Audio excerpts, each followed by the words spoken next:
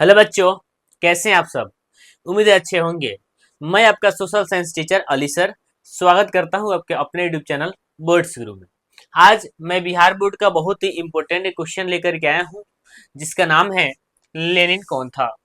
ठीक है, लेनिन कौन था, ये बहुत ही इंपॉर्टेंट क्वेश्चन है जो काफी बिहार बोर्ड के लिए, बिहार बोर्ड के स्टूडेंट के लिए इम्पोर्टेंट है।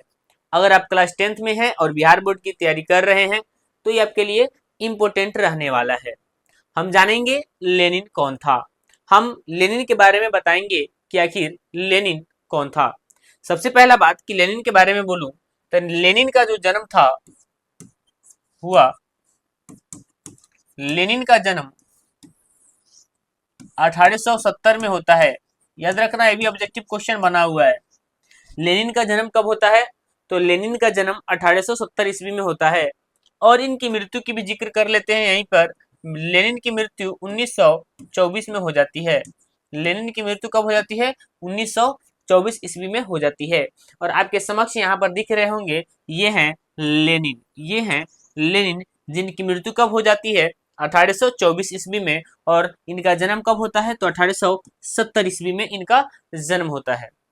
बचपन से ही इनका झुकाव साम्यवाद की तरफ था। अब साम्यवाद क्या है, जरा ध्यान से समझना। साम्यवाद एक ऐसी विचारधारा है जिसमें समाज में रहने वाले किसी वर्ग के साथ भेदभाव नहीं किया जाता और यह समाज में अचानक परिवर्तन लाना चाहता है, चाहे उसके लिए हिंसा ही क्यों ना करना पड़े। साम्यवाद कहलाता है। और साम्यवाद की तरफ लेनिन का बचपन से ही झुकाव था। और मैं आपको बता दूं कि ये जो लेनिन थे, लेनिन ये जारशाही के विरोध थे। ठीक है, ये जो लेनिन थे, लेनिन ये जारशाही के विरोधी थे। ठीक है, जारशाही के विरोधी हुआ करते थे। इसका सबसे बड़ा कारण है कि की लेनिन के बड़े भाई को फांसी दे दी जाती है राजा के आदेश से। यानी कि राजा ने आदेश दिया और राजा ने हुक्म दिया और लेनिन के बड़े भाई की फांसी हो जाती है। यानी कि जब लेनिन के बड़े भाई को फांसी हो जाती है किसी की हत्या के जुर्म में, हालांकि उसका बड़ा भाई वह हत्या नहीं किया था, लेकिन लेनिन के बड़े भाई को फांसी दे दी जाती है राजा के हुक्म से। और उसी समय से लेनिन जारशाही के विरोध हो जाता है। उस समय रूस का राजा जार निकोलस द्वितीय था। अर्थात ये तब की बात मैं बोल रहा हूं जब सन 1905 ईस्वी से पहले की बात है। ठीक है, उस समय लेनिन क्रांति किया 1905 में। जब हम इस क्रांति को भी पढ़ा चुके हैं, आप उसको देख लेंगे। 1905 ईस्वी में लेनिन एक क्रांति करता है और उस क्रांति के दौरान लेनिन का काफी योगदान रहता है उस क्रांति में। हालांकि उस क्रांति का परिणाम यह निकला कि खूनी रविवार जैसी घटनाएं घटित हो गई और उसके बाद लेनिन भाग जाता है स्विट्जरलैंड। ठीक है, 1905 ईस्वी में क्रांति होती है और उस क्रांति के बाद लेनिन कहाँ भाग जाता है? स्विट्जरलैंड। क्योंकि राजा की तरफ से धमकी मिलने लगता है कि अगर तुम इस देश में रहोगे तो मरवा दिए जाओगे। इस डर से लेनिन कहाँ चला गया? तो स्विट्जरलैंड चला जाता है। और जब स्विट्जरलैंड में था तो वहीं से वह लीड करता था इस देश में क्रांति का, और फिर पुनः स्विट्जरलैंड से वापस अपने देश आता है। और जानते हैं, रूस में जब आया तो सन 1917 ईस्वी की बात है जब वह रूस में वापस आया। रूस में जब वापस आता है 1917 ईस्वी में, तो वह रूस में किसी भी प्रकार का परिवर्तन नहीं देखा था। वही पुराने तरीके से जीवन जिया जा रहा था, गरीबों का शोषण किया जा रहा था अमीरों द्वारा, राजा उनकी कोई सहायता नहीं कर रहा था। फिर क्या थी, हालांकि उस समय तक कई सारे क्रांति हो चुके थे। फिर लेनिन क्या करता, लेनिन ने बोला कि अभी एक और क्रांति होगी जिसके बाद कोई क्रांति नहीं होगा। ये थी लेनिन की कहानी और ये बहुत बड़ा बात था। आइए हम जानेंगे लेनिन के बारे में। सबसे पहला बात हम बता दें कि लेनिन बोल्शेविक दल का नेता था। हम पहले बोल देते हैं बोल्शेविक दल क्या होता है, जरा ध्यान से समझना। बोल्शेविक दल वे दल होते हैं जिसमें गरीब, किसान एवं मजदूर शामिल होते हैं और ये आपस में मिल करके एक दल का गठन करते हैं जिसका नाम दिया जाता है बोल्शेविक दल।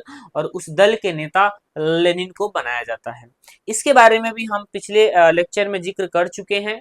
जब एक रूस में बना पार्टी टूट जाती है आपस में, सोशल डेमोक्रेटिक पार्टी, तो जब आपस में टूट गया तो एक अमीरों की पार्टी बन गई, एक गरीबों की पार्टी बनी। तो गरीबों की पार्टी को हम बोल्शेविक पार्टी कहते हैं और उसके नेता लेनिन को बनाया गया। तो लेनिन बोल्शेविक दल का नेता था। बचपन से ही लेनिन का झुकाव साम्यवाद की ओर था, अभी बता दिए हैं। वह जारशाही के विरोध था क्योंकि उसके बड़े भाई को जार के हुक्म से फांसी दे दी गई थी। यानी कि लेनिन के बड़े भाई को फांसी दे दी जाती है जार जार निकोलस द्वितीय के हुक्म से, और उसी समय से वह ठान लेता है कि हम जारशाही की सत्ता को मिटा कर रहेंगे, और वह उस कामयाबी को हासिल भी करता है। आइए हम कुछ पॉइंट है यहाँ पर हम देखेंगे कि क्या कह रहा है। सन 1905 की क्रांति में लेनिन का बहुत बड़ा योगदान था। लेनिन बाद में, होता क्या है ना कि लेनिन बाद में स्विट्जरलैंड भाग गया। उसके बाद स्विट्जरलैंड से मार्च अप्रैल की महीना था 1917 में वापस आया और क्रेंस्की की सरकार को हटाकर खुद बोल्शेविकों का नेता बना और अपने मित्र ट्रस्की को अपना युद्ध मंत्री बनाया। मेरे कहने का अर्थ यह है कि लेनिन जब वापस स्विट्जरलैंड से आया रूस में, तो उस समय जार निकोलस द्वितीय राजा नहीं था, उस समय राजा था क्रेंस्की, और क्रेंस्की अच्छे से शासन नहीं कर रहा था। यह भी मेंशेविक दल का नेता था। मेंशेविक कहने का अर्थ है, अभी हम बोले हैं कि पार्टी आपस में टूट गई, सोशल डेमोक्रेटिक पार्टी, अमीरों की पार्टी और गरीबों की पार्टी। अमीरों की पार्टी का नाम मेंशेविक दल रखा गया और गरीबों की पार्टी का नाम बोल्शेविक दल रखा गया। तो गरीबों की पार्टी के नेता लेनिन थे और मेंशेविकों के पार्टी के नेता कौन थे? क्रेंस्की थे। और मेंशेविक दल का कोई भी नेता सही से देश में शासन नहीं कर रहा था, और मेंशेविकों के नेता क्रेंस्की का जो राजशाही था उसको हटा देता है लेनिन, और वहां खुद अपना वहां का वर्चस्व हासिल कर लेता है और वहां का राजा बन जाता है। और लेनिन के एक खास मित्र थे जिनका नाम था ट्रस्की, क्योंकि क्रांति में ये बहुत उनका साथ देते हैं। और जब ये स्विट्जरलैंड थे लेनिन, तो ट्रस्की इनको इस देश के बारे में हर बात बताते थे। ठीक है, तो जब वे वापस आए तो ट्रस्की से मुलाकात किए और ट्रस्की के सहारे उन्होंने क्रांति की, और क्रांति करके क्रेंस्की की सरकार को गिरा दिया और अपने मित्र ट्रस्की को अपना युद्ध मंत्री बनाया। ठीक है, उम्मीद है लेनिन कौन था आपको सारी बातें समझ में आ गया होगा। ये बड़ा वीवीआई क्वेश्चन है, 2 अंक का लिए पूछता है, आप इसको जरूर याद कर लेंगे। आप इसका स्क्रीनशॉट या फिर इसे नोट डाउन कर लीजिए। हम आज इस लेक्चर में यहीं तक रखेंगे। धन्यवाद।